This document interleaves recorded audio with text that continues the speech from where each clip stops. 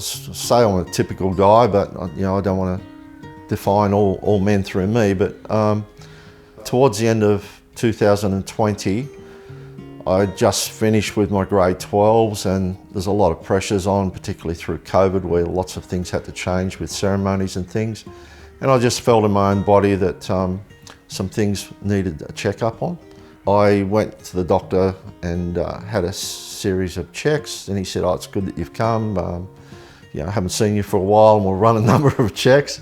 About 24 hours after the tests, I got a phone call from the doctor saying, "Hey, I need to see you as soon as I can." And I thought, "Oh, well, that doesn't sound good." One thing led to a next, so that towards the end of January, it was confirmed that I had some growth in my prostate, and then I needed to go in and have day surgery to have a biopsy, which confirmed that it was aggressive cancer.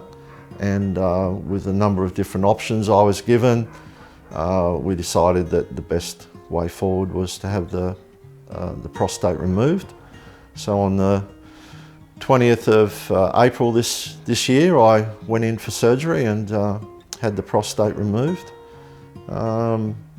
We then had some tests come back after that, which said that there was a margin, and we needed to wait 3 months to have some more tests to see whether it was successful and that the cancer had been removed from my body. There had been some good signs beforehand. I'd had a PET scan, which said that there was no other trace of cancer through my body. And then through the operation, Kerry was across the road from Greenslopes Hospital where I was operated on. And we shared this story afterwards. She, as in her praying, felt as though she saw angels around me. And then when I woke from my operation, still in a bit of a daze, in the recovery section, when I opened my eyes, the first thing that was cognizant for me was me seeing around the room angels. Yeah, we worked out that was pretty much at the same time. So yeah, that was kind of like special, and again, confirmation for both of us that God was with us. Part of the story about like seeing the angels, going back before that, was we were having our Bible study, and we were praying, and the verse that came out was the one about, "Why do you ask for things that I've already given you?" And I felt in my spirit as though the Lord said, "You don't need to pray anymore for healing, because I've healed you." And that was about 3 or 4 weeks before I would have to have the blood test and have the confirmation. And I thought, wow, okay, well, and then I shared that with the others, and they were a little bit, whoa, okay, that's pretty big. But I suppose having faith to say that when there was no evidence, and I think that's what the Christian walk is, that I know God and I know when He speaks to me. And it's not an audible voice, but in my spirit, that I can know what He's saying to me at that time, and to be obedient to that and have the faith and not think, hey, if I say this and it's not true, it's going to make me look stupid. Yeah, I wasn't thinking like that, and I think God was teaching me through that time as well. The other thing that I knew that God was with me in all this was, one of the downsides of having your prostate removed is that you have to deal with the problem initially, or sometimes fully going forward, with the continence as being one of the side effects. So I had a catheter for the first 10 days after the operation, and every doctor had reiterated with me that, hey, this is going to be something you're going to have to deal with going forward, that the journey varied from one person to the next, from 6 weeks if you're really lucky, through to 3 months to 6 months, and some people struggle with it forever. So that was in the back of my mind. not something to look forward to. And long story short, that I had the catheter removed on, I think on a Friday, and I put the pads for 24 hours. And after that, I said to Kerry, I don't think I need these anymore. And she's gone, well, whatever you think. And I was healed of that problem as well. So I basically had continence 24 hours after the catheter was removed. I told my doctor when I went back, and he said, you're the 1 in a million. And yeah, and that was confirmation from God as well. I think I've had various touches over my life where God has said that exact same thing. You're the one in a million, that having that intimacy, where I wasn't just a person in the room, one of the crowd, that God had actually, yeah, I think I described to someone as like he kissed me on the head. Yeah, looking back and through it, it's definitely like, it was trust me, push in, draw into me, all this things that you've kind of like learned and taught about. Now's your opportunity to put that to the test. I don't believe God was testing me. I always never had the, what I think is a false belief that God had given me the cancer. It soon became evident that God was with me through that journey. And it was certainly a different journey that I'd never experienced before. I'd never really had any ill health, and let alone a thought of, when you hear that cancer word, you kind of like think the worst initially, thinking, what's happening? And this doesn't sound good. So yeah, it was definitely a trust, and it was a waiting. And what are you going to do in the waiting? What are you going to lean on me and push into me, or are you going to let the enemy have his way? Because there's always that little voice or voices that are chirping in your ear, giving you negative thoughts. And so what's been the outcome? So the outcome is that I've been healed. Yeah.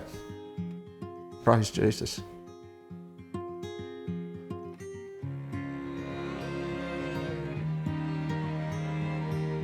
My heart going forward has always been, I think I've got something there for as being a father. And with men, I've always had this drawing towards wanting to connect men of different generations together. And you know, I'm fortunate that I've got my son and now grandson and granddaughter as well.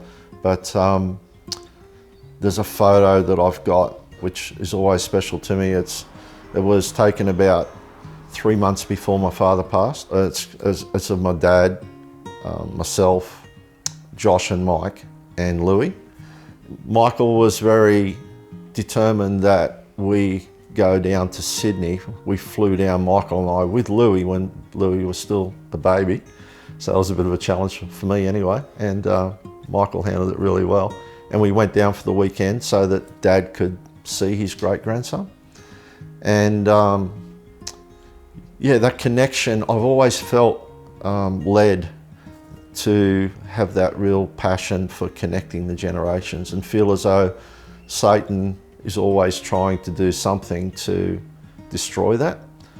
Through the ideas, we all got it when we're growing up, hey, our parents know nothing, and you know, we'll do it better, we can do it, look at what they've left for us. But I want my family line to be generational, and to have the blessings from one generation to another. Yeah. So also in my role as a teacher, with pastoral care, the recurring theme over and over again that I was dealing with students who were going through troubles was the breakdown of the family. And yeah, so I just want to do something that connects the men, the fathers, to their sons. Downstairs in my house, my next project is I want to knock out a wall downstairs and put in a pool table and have that there so that we can just hang out, watch a bit of football, cricket, have some chat, have some prayer. People can come and be listened to and go away feeling as though, yeah, they're connected with other men and connected with Jesus.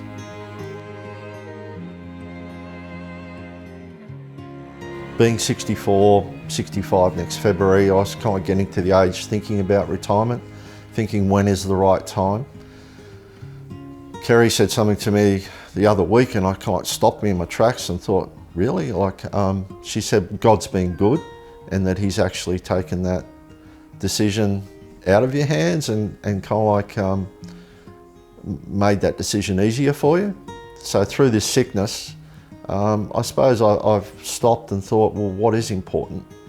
In the back of my mind, I've always enjoyed my work, and it hasn't been a burden getting up and going to work. I've enjoyed what I'm doing, and so it always would have been hard to know exactly what the right time was to finish.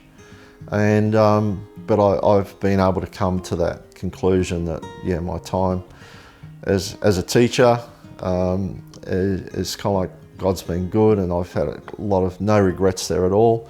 But hey, it's time to move on to something else.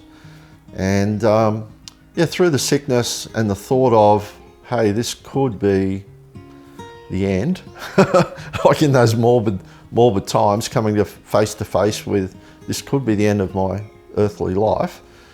I wasn't thinking about how much money I had in retirement. I wasn't thinking about what renovations I could do to the house. My thoughts immediately went to my grandchildren. I want to be there for them when they're growing up. I want to see them grow up. I want to see them commit their lives to the Lord for themselves. I want to be there at their graduation, their 21st, all those things. Yeah. One of the going with that, trying to generational stuff, there was a time where Kerry and I were blessed to be like support to the leaders of youth. We'd gone away to Bornhofen, and I had in my mind that we're talking about 13-year-old boys through to 18-year-old boys, year 12 at school. We discussed it as adults and thought that the time at the camp where we have a separate time for boys and a separate time for girls, and the Lord, through what he'd revealed to me, showed me that, hey, there's so much that the older generation have to give to the younger generation, and so many of those boys never had a grandfather, never even had a father. And so I was led to ask Athol and Ray Peck to come up for the morning, and so they were driven up there for the morning, and they shared their testimony with those boys, and it was a significant time.